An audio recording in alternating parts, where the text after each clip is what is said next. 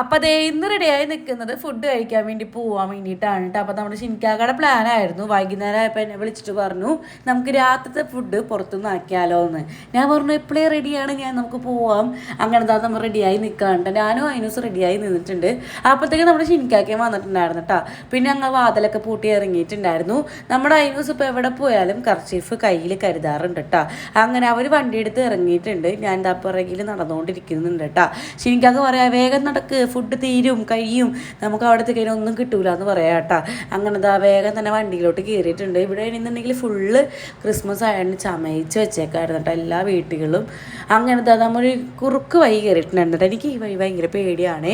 രാത്രി ആയി കഴിയുമ്പോൾ ഞങ്ങൾ ആദ്യം കഴിക്കാൻ വേണ്ടി പോയ ഫുഡിൻ്റെ സ്ഥലത്ത് ഫുഡ് കഴിഞ്ഞിട്ടുണ്ടായിരുന്നു കേട്ടോ. അതെപ്പോഴും അങ്ങനെ തന്നെയാണ്. നമ്മൾ അന്ന് കഴിക്കാൻ വേണ്ടി പോയിട്ട് അവിടെ അങ്ങനെ തന്നെയായിരുന്നു കേട്ടോ. പിന്നെ നമ്മൾ രണ്ടാമത്തെ ഷോപ്പിൽ വന്നിട്ടുണ്ടായിരുന്നു.